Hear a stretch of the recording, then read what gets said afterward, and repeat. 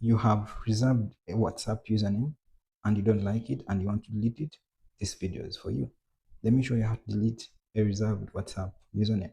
So open WhatsApp, tap the three dots right here, tap settings, then we want to tap account aspect.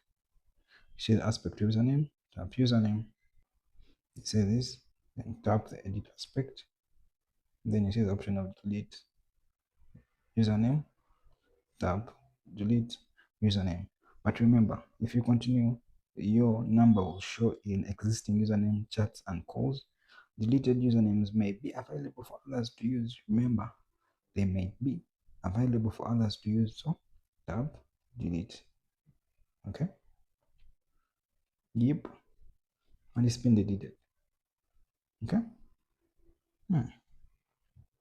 If you pick value in such content, consider subscribing to our YouTube channel. Catch you in the next one.